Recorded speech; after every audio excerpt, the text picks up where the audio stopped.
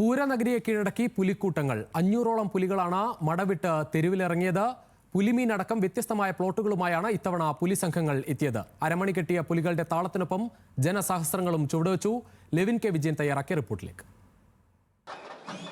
നാടിനെയും നഗരത്തെയും ആവേശത്തിലാക്കി തൃശൂർ നഗരത്തിലെമ്പാടും പുലികൾ ഇറങ്ങി. ഇന്ന് രാവിലെ മുതൽ വിവിധ സംഘങ്ങളുടെ നേതൃത്വത്തിൽ നടത്തിയ തയ്യാറെടുപ്പുകൾ പൂർത്തിയാക്കി ഉച്ചയ്ക്ക് 3 മണിയോടുകൂടിയാണ് 9 ദേശങ്ങളുടെയും പുലികൾ നഗരത്തിലേക്ക് ഇറങ്ങിയത്. വ്യത്യസ്തങ്ങളായ പുലികൾക്കൊപ്പം ഒട്ടേറെ പുതുമകൾ നിറഞ്ഞ പ്ലോട്ടുകളും ഓരോ പുലികളി സംഘങ്ങൾക്കും ഉണ്ടായിരുന്നു.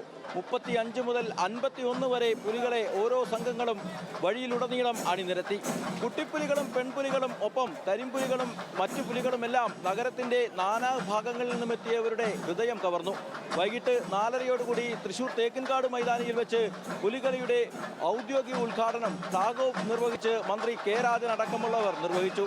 ഒന്നിനൊന്ന് മെച്ചപ്പെട്ട വെറൈറ്റികൾ അവതരിപ്പിച്ചുകൊണ്ടാണ് ഓരോ പുലികളി സംഘങ്ങളും ഇഞ്ചോടിഞ്ച് മത്സരിച്ചിട്ടുള്ളത്.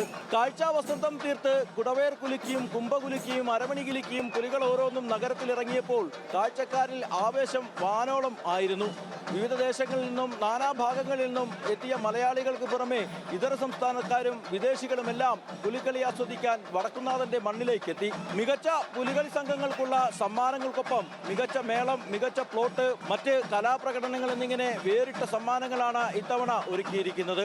തൃശൂരിലേക്ക് സാംസ്കാരിക ലോകം ഒന്നാകെ ഒഴുകിയെത്തിയ പരിപാടിക്ക് തൃശൂർ കോർപ്പറേഷന്റെയും കേന്ദ്രമന്ത്രി സുരേഷ് ഗോപിയുടെയും ഒക്കെ സാമ്പത്തിക സഹായമുണ്ടായിരുന്നു. ജഡ്ജിമാർക്ക് ഏറെ ബുദ്ധിമുട്ടുണ്ടാക്കിയ പുലിക്കളി മഹോത്സവത്തിൽ അന്തിമ ഫലപ്രഖ്യാപനം ഇനിയും പൂർത്തിയാക്കാനായിട്ടില്ല.